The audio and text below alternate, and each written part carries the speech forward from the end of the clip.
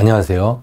지금껏 우리는 그 문화혁명의 여러 양상을 살펴보았습니다. 홍위병 운동으로서의 문화혁명도 있고, 그다음에 무장투쟁으로서의 문화혁명도 있습니다. 그런데 이런 그 민간에서 많은 사건들이 전개되고 있을 때 중국 중앙정부에서도 매우 중요한 권력투쟁의 양상이 빚어지기 시작했는데요. 문화혁명을 놓고 학자들의 많은 의견이 분분하지만 그중에서 대부분의 사람들은 문화혁명이 어떤 정적을 제거하기 위한 권력투쟁으로 시작됐다는 점에 대해서 대부분 다 동의하고 있습니다.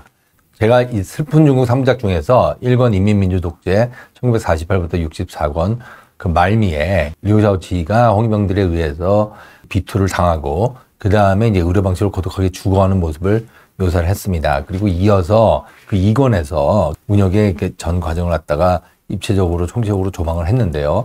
그 중에서 이 슬픈 중국 2권 문화대반란에 나오는 제18장 권력자는 군중을 이용해 정적을 제거한다를 초점으로 해서 오늘 강의를 이어가도록 하겠습니다.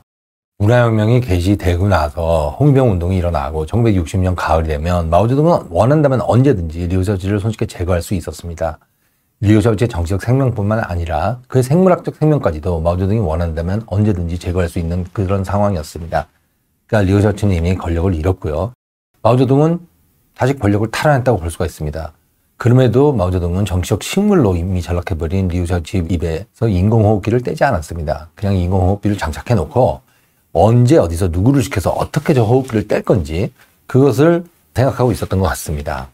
마오쩌둥은 짐진 모든 결정을 중국 공산당 대중 노선의 원칙에 따라서 인민의 의지에 맡기는 모양새를 취했습니다. 홍위병을 이용해서 정적을 처형하는 전술은 정치적 불멸을 노린 마오쩌둥의 치밀한 계략이었다고 볼 수가 있습니다.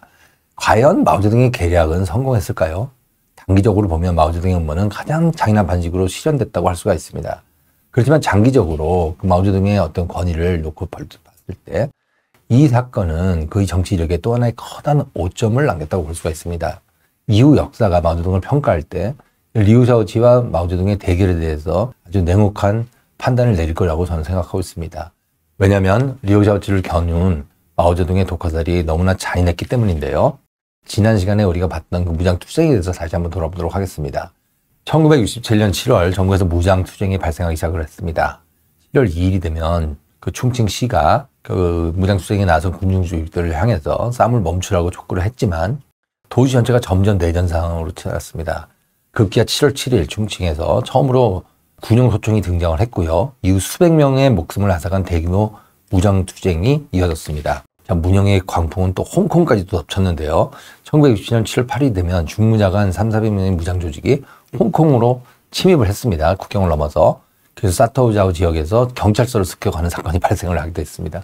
그러니까 중국 측의 민병들은 경기관총과 총류탄을 사용을 했고요. 홍콩의 영국군은 철갑차와 야정포까지 출동을 시켰습니다. 홍콩 명부에 따르면 7분 넘는 교전으로 홍콩 경찰관 5명이 사망을 하고 11명이 중상을 입고 중국 측 민병 중에서도 사상자가 발생을 했다고 합니다. 이런 사건들이 막 터지면서 중국은 어지러운 상태로 들어가 있었습니다. 그리고 이제 1967년 7월 14일이죠. 지난 시간에 우리가 말을 했듯이 그 우한에서 벌어진 무장투쟁인데요. 그러면서 이제 일단 720 사건이라고 하는 그 무장투쟁이 일어나기 전에 마오쩌둥은 호화 열차를 타고 우한으로 내려가는 결정을 내렸습니다. 이때 이제 마오쩌둥이 기차를 타면 뭔가 정치적 음모가 시작된다는 것은 마오쩌둥의 주치의였던 리주쉐이가 아주 유명한 기록을 남겼는데요. 마오쩌둥이 저런 식으로 뭔가 기차를 타고 내려갈 때는 뭔가 음모를 꾸몄기 때문입니다. 저 상황도 다르지 않았습니다. 이 사람이 이제 내려갈 때는 무한에서 발생한 그 무장투쟁을 종식시켜서 전국의 혼란을 정리하겠다는 야심찬 남승 기획을 세웠다고 하지만 극비리의 전국적 위기를 수습하기 위해서 수도를 떠나는 것은 그 순간 마오쩌둥에게 뭔가 숨겨진 계약이 하나 더 있었다는 걸 알 수가 있는데요. 그것은 다름 아닌 국가원수 리우샤오치를 홍위병의 집단 린치에 무방비로 노출시키는 전략이었습니다. 1967년 7월 초부터 중나나이에서는 이제 홍위병들이 리우샤오치를 잡기 위해서 집회를 벌이고 있었습니다. 거의 거기에 진을 치고 앉아가지고 리우샤오치를 향해서 매일 나와서 우리에게 그 투쟁을 당해라 뭐 그러면서 이제 규탄 대회를 열고 있었죠. 그리고 급기야 7월 13일에 베이징 건축공업학원의 8일 전투단이 리우샤오치를 향해서 최후 통첩을 내렸습니다. 마오쩌둥은 7월 14일 회신의 미소를 품고 무한으로 내려갔고요. 그러니까 이제 상황이 무르익어서 드디어 이제 홍위병들이 리우샤오치를 모욕을 주고 정치적인 생명을 앗아갈 수 있을 거라고 생각을 해서 마오쩌둥이 베이징을 떠나버린 것이죠. 마오쩌둥이 베이징을 떠났다는 것은 너희들이 어떻게 해도 난 신경 쓰지 않겠다. 잘 알아서 리우샤오치를 처리해라. 뭐 이런 식으로 암시를 줬다고 할 수가 있는데요. 그래서 보면은 이제 저 포스터가 철저히 대독초인 수양을 비판하라고 써져 있는데, 저 수양이라는 것은 다름 아닌 리우샤오치가 썼던 이제 공산주의자로서의 어떤 품성론에 관한 논문이라고 할 수가 있습니다. 그러니까 리우샤오치의 글을 저렇게 독초라고 몰아가면서 리우샤오치를 향한 공격을 가하고 있는 상황을 우리가 읽어낼 수 있습니다. 자, 리우샤오치를 공격하는 홍위병들에 대해서 한번 볼까요? 그 청와대학교 조반파들이 1960년 12월부터 리우샤오치를 공격하기 시작을 했습니다. 장춘차오가 칭화대학의 조반파 대표에게 가서 리우샤오치 공격을 사주를 했고요. 1960년 12월 25일이 되면 청와대학 조반파 6천여 명이天安문 광장에 집결을 해서 리우샤오치 타도를 외치면서 저런 식의 투쟁을 이어가기 시작을 했습니다. 그리고 이제 해를 넘겨서 1967년 1월 6일 되면 조반파들이 리우샤오치의 딸을 유인을 해서, 그래서 이제 리우샤오치의 와이프인 왕광메이를 붙잡으려 하는 야비한 수법까지도 동원을 했습니다. 그러니까 왕광메이는 그때 결국 칭화대학으로 끌려가서 비토를 당했지만 능숙하게 대응을 해서 위기를 모면했다고 합니다. 그리고 이제 왕광메이가 중국의 그 퍼스트 레이디로서 어떤 모욕을 당했는지에 대해서는 잠시 후에 설명드리도록 하겠습니다. 1967년 3월 21일 마오쩌둥은 리우샤오치의 과거 행적을 조사하라는 명령을 내렸습니다. 이 조사 명령에 따르면 리우샤오치는 1920년대부터 뭔가 불투명하고 뭔가 석연치 않은 행동을 많이 했다는 것인데요. 그러니까 저 두 사람은 사실 20, 30년대는 동지관계였거든요. 그리고 가장 신임했기 때문에 리우샤오치를 국가 주석에 앉혔죠. 그럼에도 불구하고 1920년대 이미 리우샤오치가 변절을 하고 배반을 했다는 뭐 그런 식의 음모론을 짜가지고 리우샤오치가 꼼짝 못하게 리우샤오치를 묶으려고 했던 뭐 그런 의도를 우리가 읽을 수 있습니다. 그래서 역사 토론을 하라고 했지만 실제로는 리우샤오치가 변절했다는 것을 밝히라는 얘기죠.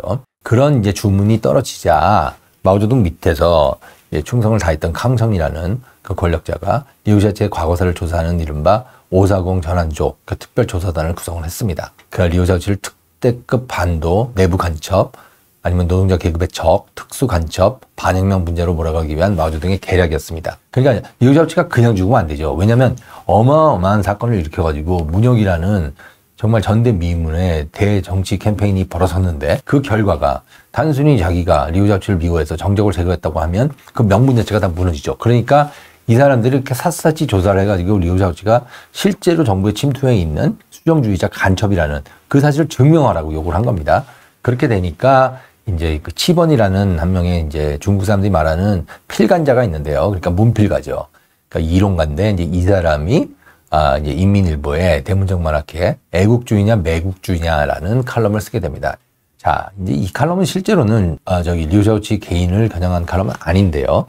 1948년에 그 홍콩에서 상영됐던 어떤 역사극 한 편을 비판하고 있는데, 그 내용을 읽어보면 리우샤오치를 매국노로 지목하고 있다는 것을 누구나 알 수가 있었습니다. 그래서 이 칼럼을 통해 가지고 치번이는 리우샤오치를 자산계급의 대표이고 또 그의 부인이 왕광메이가 미제 간첩이라는 뭐 그런 식의 음모를 씌우기 시작을 했습니다. 그래서 이제 1967년부터 리우샤오치는 가택연금 상태에 들어가서 아무것도 할 수가 없었죠. 변론을 펼칠 수도 없었고, 그리고 또 이제 자기 세력을 규합할 수도 없었습니다. 그렇게 이제 완전히 무기력하게 내몰린 상태에서 전국적으로 리우샤오치를 규탄하는 캠페인이 계속 일어났습니다. 그러니까 반도, 내부안적, 공적, 리우샤오치 반혁명, 수령주의 간부 노선과 교육 노선을 철저히 비판하라. 뭐 그런 식의 구호를 외치고 있는 1969년으로 추정되는 한 농촌의 풍경입니다.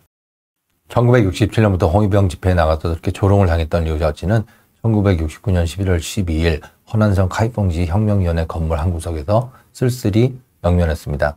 사인은 악성폐렴과 당뇨 합병증이라고 되어 있는데요. 사실은 고의적인 의료 방치에 의한 사망이었습니다.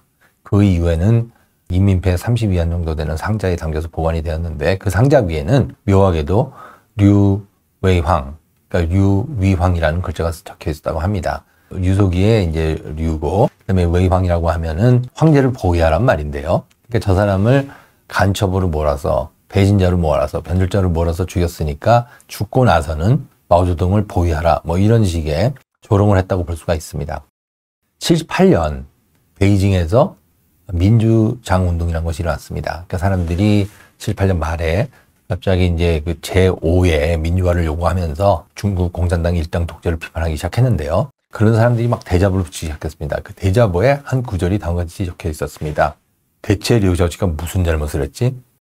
그러니까 리우 샤오치는 저렇게 쓸쓸히 죽음을 맞았지만 나중에 완전하게 복권되게 됩니다. 그럼 그 리우 샤오치만의 고통은 아니었죠. 그러니까 일가족이 모두 수난을 당하는데 그 중에서도 왕광메이, 그러니까 리우 샤오치의 부인인 왕광메이가 당했던 수난은 그러니까 문화 대혁명을 읽는 매우 중요한 사건 중에 하나입니다. 1967년 4월 10일 아침 6시경에 칭화대학 교정에 끌려 나온 왕광메이는 6시 반부터 칭화대 진강산 병단에게 3시간 동안 조리돌림을 당했습니다. 이 조리돌림의 기록이 남아있는데요. 왕광메이가 굉장히 똑똑한 사람이었습니다.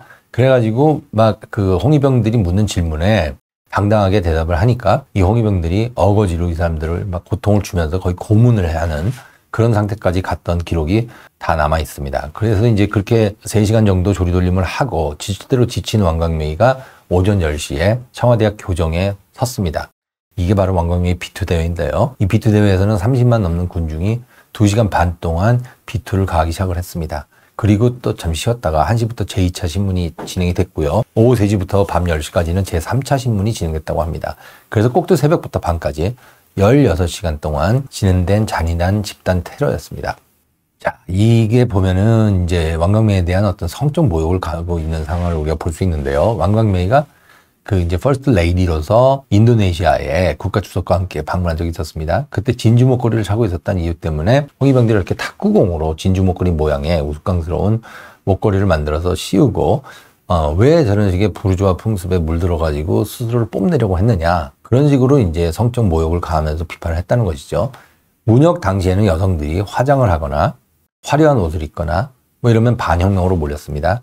근데 왕광메이가 바로 그 반혁명적 행위를 하는 여성의 대표가 돼서 저런 식으로 모욕을 당했다고 볼 수가 있는데요.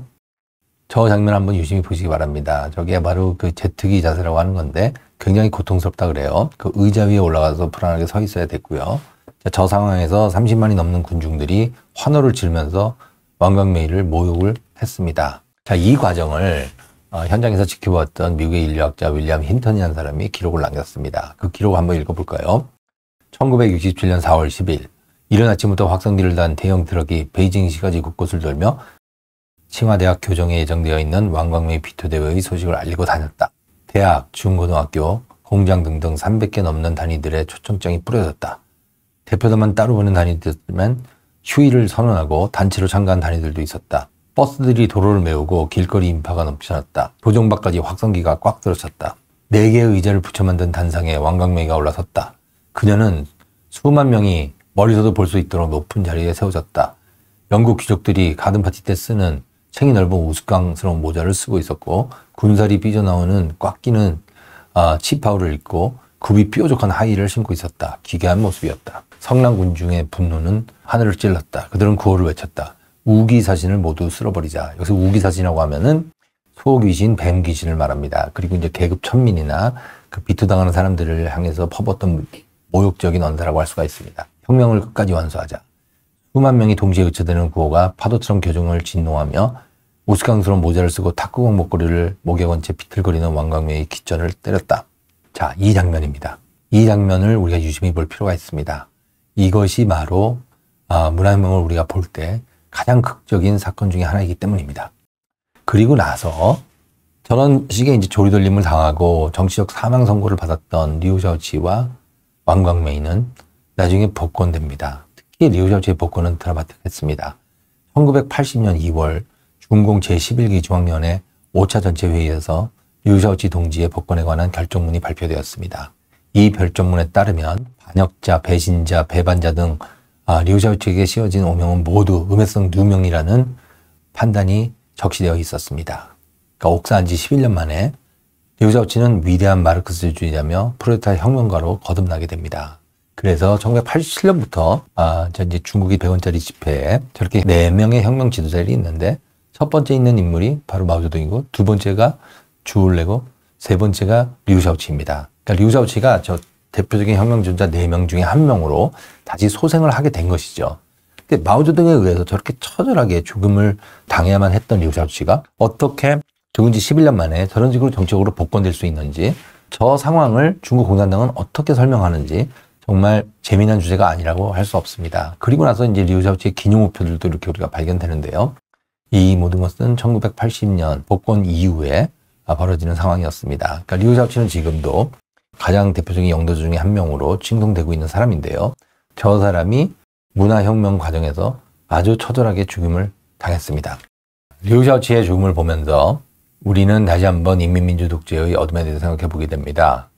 새벽부터 온종일 확성기에서 터져나오는 반 리우 샤오치의 선전선동, 관영매체가 쏟아내던 끝없는 가짜뉴스, 음해성 허위보도, 인신공격과 인격살해의 유언비어, 거짓선동에 속은 성남군 중이 외치던 과격한 구호들, 과연 누가 중화인민공화국의 국가주석 리우 샤오치를 건자에서 끌어내려 죽였을까요?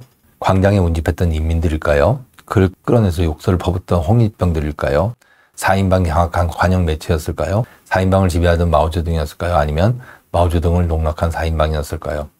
그도 아니라면 마오쩌둥은 순수하게 중국 인민의 일반 의지에 따라 주자파 속에 리우 샤오치를 처형한 것일까요?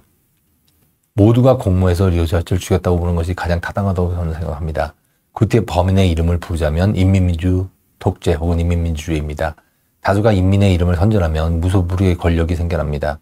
인민 앞에서는 헌법도 법률도 양심도 소득도 무력해집니다.